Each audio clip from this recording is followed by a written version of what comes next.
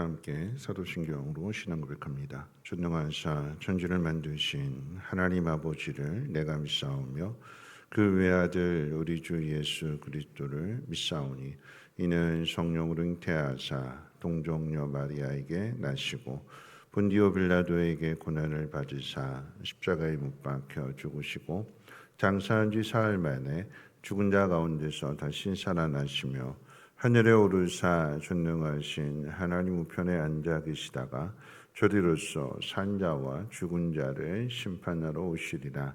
성령을 믿사오며 거룩한 공회와 성도가 서로 교통하는 곳과 죄를 사해 주시는 곳과 몸이 다시 사는 곳과 영원히 사는 것을 믿사옵나이다.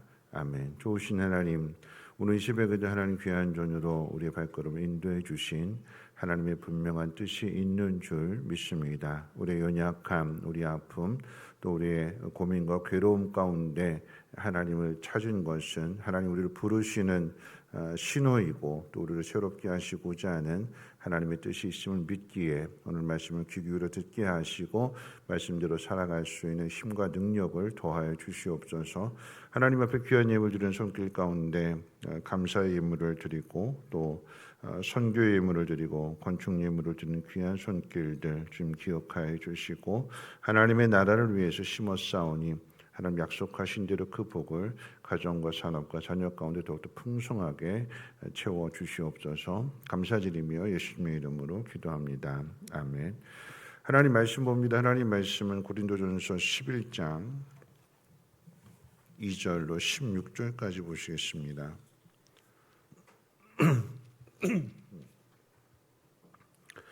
고린도전서 11장 2절에서 16절까지 한 절씩 교독을 읽겠습니다. 너희가 모든 일에 나를 기억하고 또 내가 너희에게 전하여 준 대로 그 전통을 너희가 지킴으로 너희를 칭찬하노라.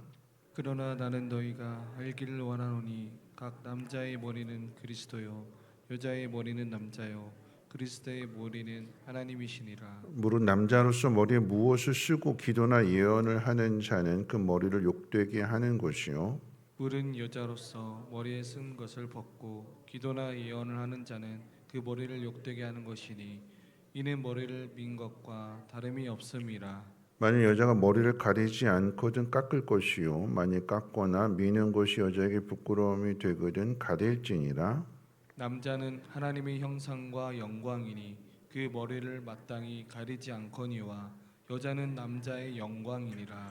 남자가 여자에게서 난 것이 아니요 여자가 남자에게서 났으며 또 남자가 여자를 위하여 지음을 받지 아니하고 여자가 남자를 위하여 지음을 받은 것이니 그러므로 여자는 천사들로 말미암아 권세 아래에 있는 표를 그 머리 위에 둘지니라. 그러나 주 안에는 남자 없이 여자만 있지 않고 여자 없이 남자만 있지 아니하니라. 이는 여자가 남자에게서 난 것 같이 남자도 여자로 말미암아 났음이라. 그리고 모든 것은 하나님에게서 났느니라. 너희는 스스로 판단하라.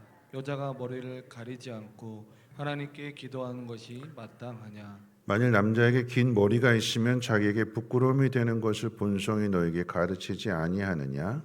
만일 여자가 긴 머리가 있으면 자기에게 영광이 되나니 긴 머리는 가리는 것을 대신하여 주셨기 때문이니라. 논쟁하려는 생각을 가진 자가 있을지라도 우리에게나 하나님의 모든 교회에는 이런 관례가 없느니라. 아멘. 어제 살펴본 이제 10장 말씀 마지막 부분에 있어서 그런즉 너희는 먹든지 마시든지 무엇을 하든지 다 하나님의 영광을 위해서 하라라고 이렇게 가르쳤습니다. 그리스도인에게 주어진 자유는 마음대로 해도 된다라고 하는 방종이 아니라 그 자유를 하나님의 영광을 위해서 사용해야 된다라고 하는 거죠. 그래서 어제 살펴본 그 내용이 오늘 11장 말씀과 연결해서 생각해 볼 수 있는데 뭐냐면 어제 말씀이 삶의 원칙을 가르쳐 준 거라고 한다면 오늘 이제 11장은 그럼 어떻게 우리 삶 속에서 또 예배 가운데 우리 신앙 가운데 이걸 연결해야 되는지 녹여내야 되는지에 대한 구체적인 사례를 가르쳐 주는 것입니다. 자유가 방종으로 쓰여지지 않고 하나님의 영광을 위해서 나타내는 것을 쓰여지는 것을 예배에 관련해서 한번 이제 생각해 본다라고 하면 여러분 그런 의미에서 먼저 기억해야 되는 것은 10장의 내용이 11장으로 연결되잖아요. 그냥 뭐 각자의 다른 문제를 다루고 있지만 근데 이게 서로 연결이 되는 부분이거든요. 그러니까 우리 신앙도 마찬가지인 거예요. 어제가 없는 오늘은 없어요. 오늘을 통해서 내일로 연결되는 거고 이게 다 연결되는 거예요. 그러니까 우리가 수고하는 그 모든 것들이 다음으로 연결되는 것이기 때문에 오늘을 잘 살아야 되는 거죠. 그런 의미에서 이제 이 말씀을 생각해 본다면 당시에 이제 고린도 교회 안에 이제 큰 소동이 있었습니다. 바로 예배 드릴 때에 여성이 머리에 수건을 써야 되느냐 말아야 되느냐 이 문제 가지고 뭐 여자는 머리가 길어야 되는 거고 뭐 남자는 머리가 단장해야 된다라고 하는 이런 것들을 이제 구체적으로 이제 하나씩 이제 가르쳐 주게 되는데 왜 여인들은 머리에 수건을 써야 되느냐 이것은 두 가지 이유가 있습니다. 성경적인 이유와 문화적인 이유가 있는데 먼저 성경적인 이유는 하나님께서 이제 아담으로부터 하와를 지으실 때에 동등하게 지으셨지만 동일하게 짓지는 않으셨죠. 남자와 여자는 다르게 지으셨어요. 그 가운데 있어서 질서적인 차원에서 아담이 가정의 머리가 되게 하셨습니다. 그래서 오늘 이제 3절부터 5절 말씀이 그걸 이야기하는데 그러나 나는 너희가 알기를 원하노니 각 남자의 머리는 그리스도요 여자의 머리는 남자요 그리스도의 머리는 하나님이시니라. 무릇 남자로서 머리에 무엇을 쓰고 기도나 예언을 하는 자는 그 머리를 욕되게 하는 것이요 무릇 여자로서 머리에 쓴 것을 벗고 기도나 예언을 하는 자는 그 머리를 욕되게 하는 것이니. 이 머리라고 하는 것은 보통 통치 또는 뭐 권위, 어떤 그 기원 이런 것들을 상징하게 됩니다. 실제 우리 몸을 다스리고 명령을 내리는 것은 이 머리잖아요. 근데 머리가 명령하는 것은 무엇을 위해서 명령하느냐? 우리 몸을 보호하기 위해서 명령을 내리는 거예요. 머리에서 사인을 주는 거잖아요. 배고프다. 사인을 주면 뭔가 먹어야 되는 거예요.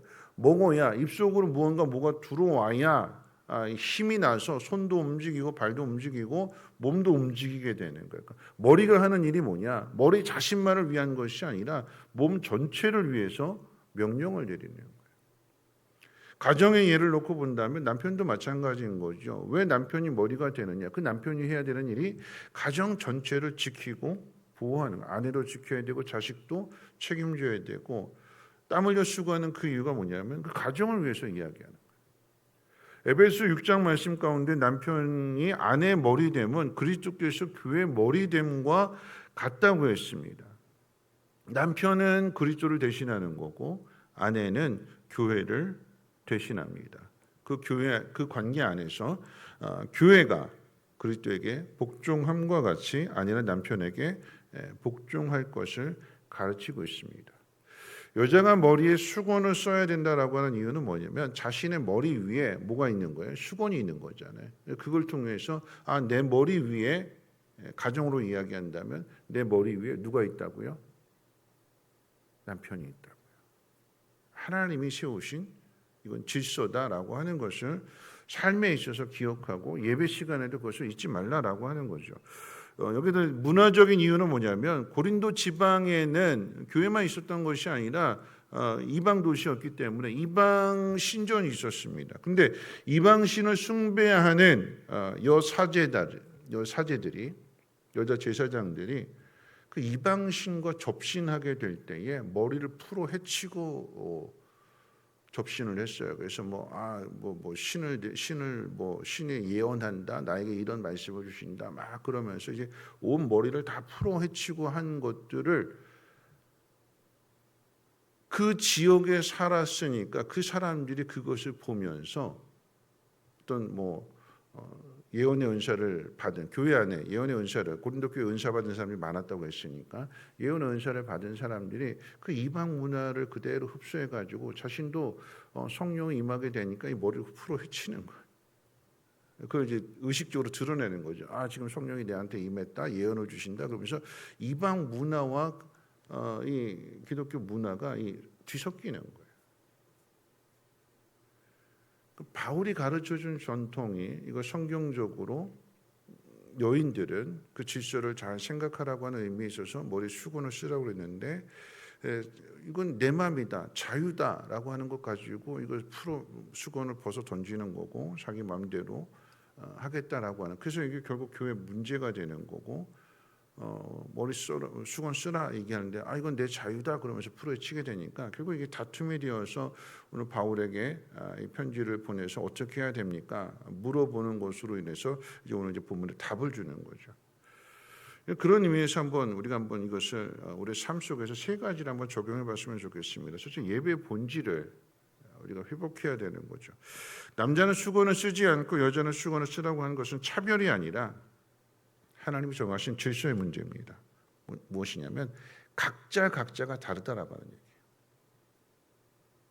남자가 다르고 여자가 다른 거예요. 남자가 할 일이 다르고 여자가 할 일이 다릅니다. 차별이 아니라 차등이 아니라 동일한데 그런데 다르다라고 하는 거죠. 그것을 존중하면서 여러분 이것이 우리 예배 안에도 이게 좀 녹여져야 되는 거예요. 하나님을 예배한다라고 하는 것. 복음이 준 자유가 있지만 이 자유라고 하는 것은 그저 내 마음대로 하라라고 하는 게 아니죠. 예배 본질, 하나님과 우리의 관계 속에서의 질서 이런 것들을 깨트려서는 안 된다라고 하는 얘기예요. 하나님 원하시는 게 뭐냐? 하나님이 기뻐하시는 것이 뭐냐? 거기에 맞춰야 되는 게 예배잖아요. 내 마음대로 드리는 게 예배가 아니다라고 하는 얘기예요. 여러분 시간 같은 것도 그래요. 시간 같은 것도 좀 지각하는 거, 가급적이면 지각하는 거 좀 우리가 좀 자제해야 되는 게 뭐냐면 지각은 뭐냐면 그냥 내 마음대로 하는 거잖아요. 조금만 더 자자. 내가 시간 정해놓고 그래서 나왔는데 차가 막히면 늦어지게 되는 거고 미리 좀 이 모든 것들을 예상해서 미리 준비한다라고 하는 것은 하나님을 먼저 생각하는 거예요. 내 형편과 내 처지가 아니라 하나님을 먼저 생각할 수 있는 마음. 그럼 이제 어제 목장 보고서를 읽는 가운데 한 목장에서 이제 목자가 그런 얘기를 썼어요. 뭐냐면 한 목원이 이렇게 나눔을 하는 데 있어서 한 목원이 지난번 이제 주일날 설교 때 제가 이제 조혜련 씨 이야기를 했잖아요. 그러면서 우리가 사는 다음 시대에 성경을 읽을 수 없는, 성경 읽지 마, 이런 시대가 올 수 있다라고 하는 거죠. 복음을 전할 때 어떻게 전해줬느냐?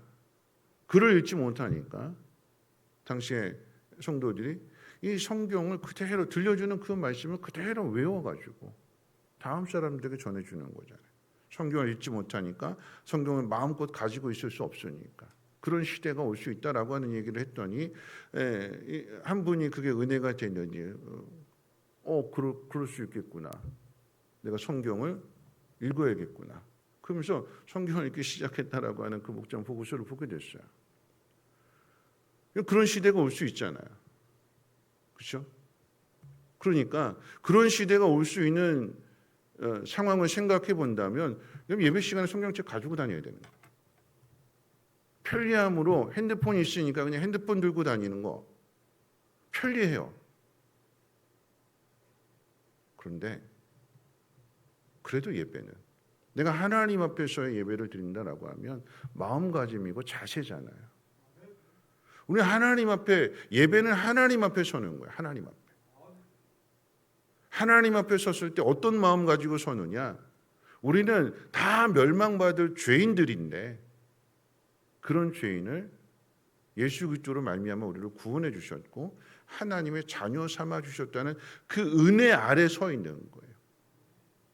나는 죄인인데 하나님 나에게 은혜를 베풀어 주셨습니다. 하나님의 자녀 삼아 주셨는데 내가 무엇으로 하나님의 이름을 높이며 내가 무엇으로 하나님 앞에 영광을 나타낼 수 있겠습니까? 그 마음 가지고 서는 거예요. 그게 예배의 본질이에요. 두 번째로 섬김, 봉사에 대해서 한번 생각해 봅니다. 오늘 13절, 14절 말씀 가운데 본송에 대해서 이야기하고 또 이제 16절 가운데 있어서는 다투지 말라라고 이야기하는데 이건 봉사라고 하는 것이 무엇이냐면 여러분 이것도 예배와 같은 어원을 가지고 있어요. 섬김입니다. 섬김. 서비스예요. 서비스. 영어로 이야기하는 서비스입니다. 서비스라고 하는 것은 다시 말하면 내가 종이 되는 겁니다. 종이. 그런데 교회에서 직분을 맡고 봉사하게 될 때에 내가 맞다. 내 말이 맞다. 내 생각이 맞다. 그걸 강하게 주장해요. 내 자유다. 내 자유다. 내가 알아서 한다. 건드리지 마라. 내가 너보다 더 열심히 한다. 그런 것 가지고 어떻게 해요? 그런 것 가지고 다툼이 되는 거예요.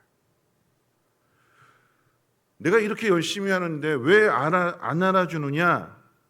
그러니까 자꾸 내가 드러나게 되면 그러니까 다툼의 원인은 나를 드러내기 때문에 다투는 거잖아요. 이게 불만이 되는 거죠. 내가 이렇게 열심히 하는데 왜 안 알아주느냐? 내가 이렇게 열심히 하는데 넌 왜 안 도와주느냐? 이런 것 가지고 교회 안에서 다툼이 되고 내 마음대로 내 뜻대로 되지 않을 것 같으면 소란이 일어나게 됩니다. 아무리 화려하고 아무리 열심을 다하는 봉사라고 할지라도 그 봉사로 인해서 그 하는 일로 인해서 그 공동체 평화가 깨진다라고 하면 본질을 잃어버린 거예요. 본질은 봉사의 본질은 내가 섬기는 거고 내가 종이 되는 거고. 그래서 어제 말씀과 같이 내 유익이 아니라 상대방의 유익을 구하기는 것이 그게 봉사잖아요.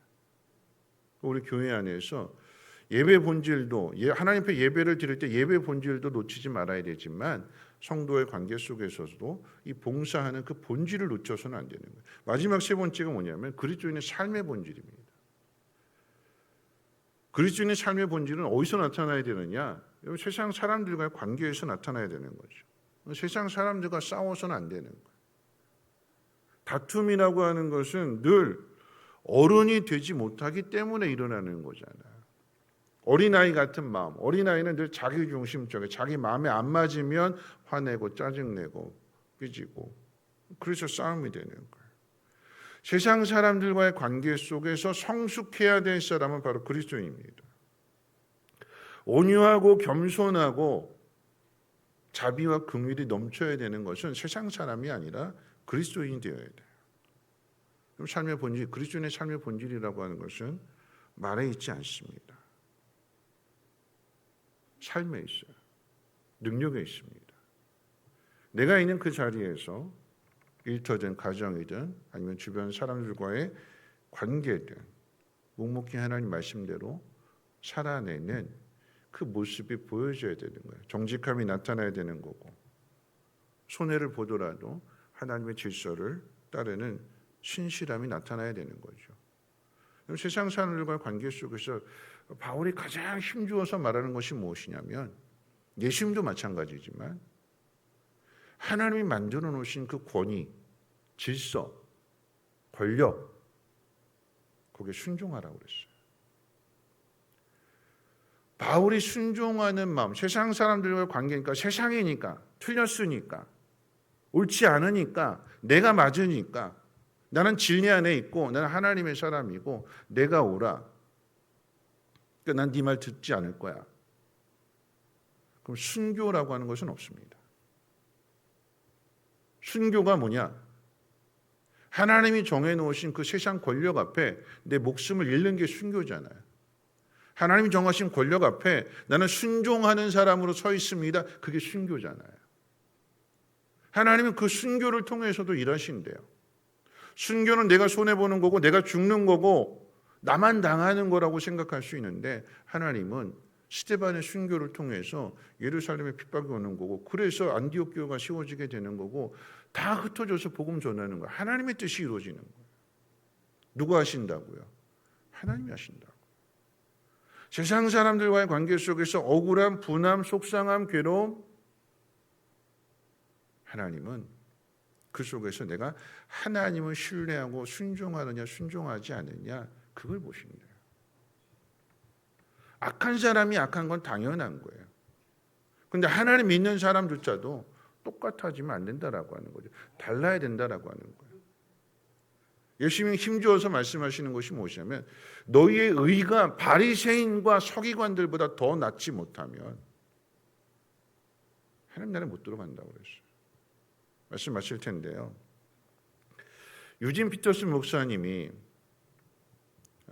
그 영성에 대한 책을 많이 쓰는데 그 쓴 책 내용 가운데 전에도 한번 이야기를 한 적이 있어요. 뭐 이제 제가 이제 목사 안수 받게 될 때 그 책을 읽으면서 명사는 모든 사람이 아는 게 명사잖아요. 대명사라고 하는 것은 더 많은 사람들이 아는 거. 그건 더 이상 설명이 필요 없는 거예요. 그럼 뭐라고 얘기냐면 목사. 여기는 더 이상 설명이 필요 없다. 목사라고 하는 그 단어 자체로 모든 게 다 설명이 돼야 된다. 그런데 이 목사라는 설명만으로 안 되니까 삶을 그렇게 살지 않으니까 좋은 목사, 참 목사, 진짜 목사, 참기름, 참기름, 진짜 참기름 뭐 설명이 필요 없다라는 거예요. 그냥 그 단어 자체만으로 이 사람은 그런 사람이구나. 유진 피터슨 목사님이 이런 이야기를 했어요. 목사에 대한 이야기겠지만 제 안에 울림이 되고 단지 목사만의 이야기가 아니라 목자일 수도 있고요. 세상 사람들과의 관계에 있어서는 이런 그리스도인이 목사의 역할을 해야 되는 거잖아요. 그런 의미에서 한번 들어보셨으면 좋겠어요. 이렇게 이야기합니다. 목사는 소명이지 결코 직업이 아닙니다. 나는 목사로 고용될 수 없습니다. 왜냐하면 목사의 1차적인 책임은 내가 섬기는 사람에 대한 것이 아니라 하나님에 대한 것이기 때문입니다. 내가 사람들 앞에 서기 전에 먼저 하나님 앞에 서 있어야 된다라고 하는 거죠. 하나님 앞에서 내 모습을 비춰봐야 된다라고 하는 이야기입니다. 그러면서 이렇게 이야기합니다. 오늘이라고 하는 이 시간에 여기라고 하는 이 장소에서 복음을 실제로 살아내는 사람입니다. 회중과의 관계에서 목사로서 나는 하나님이 그들의 인생에 하시는 말씀을 듣고 그들의 인생에 행하시는 일을 볼 눈이 있었으면 좋겠습니다. 하나님이 그들의 인생에서 하시는 일에 증인이 되고 싶습니다. 목사는 하나님을 위해서 무엇을 얼마나 잘했는지 평가하고 성적표를 내주는 학교 선생님이 아닙니다. 목사는 공동체 안에서 유일하게 자기 마음껏 사람들을 있는 그대로 진지하게 봐주고 있는 그대로 받아주고 하나님의 형상이기에 가지는 존엄성을 회복해주는 사람입니다. 이게 목자가 되어야 되고요. 이게 세상 사람들과의 관계 속에서 그리스도인들이 해야 할 일입니다. 사명으로 부르심을 받았어요. 내가 있는 자리, 이 자리, 오늘이라고 하는 시간 속에서 하나님 믿지 않는 사람들 앞에서 또는 목장 안에서 믿음이 연약한 지체들과의 관계 속에서 있는 모습 그대로를 받아주고 인정해주고 그리고 그들 가운데 일하시는 하나님을 보여주고 가르쳐주고 그것이 하나님 앞으로 인도하는 것. 그것이 저와 여러분들이 해야 할 일들이고 그리스도인으로서의 삶의 본질이다라고 하는 것입니다. 그런 마음으로 삶 속에서 경험되어지는 것을 하나님 앞에 나와서 예배하는 것, 봉사하는 것, 우리가 힘써야 될 일입니다. 예배와 봉사는 같은 단어예요. 하나님 앞에 예배하는 것과 우리의 삶을 통해서 나타내는 것은 같아야 된다라고 하는 것입니다. 우리는 하나님 앞에 서 있습니다. 오늘 이 새벽에도 하나님 앞에 서 있는 거예요. 하나님 앞에 예배하고 하나님 앞에서 기도하고 사람들과 관계 속에서 그 하나님을 증거할 수 있는 오늘 하루가 되시기를 주님의 이름으로 부탁을 드립니다. 우리 이제 내가 살아도 함께 찬양하고 기도하겠습니다.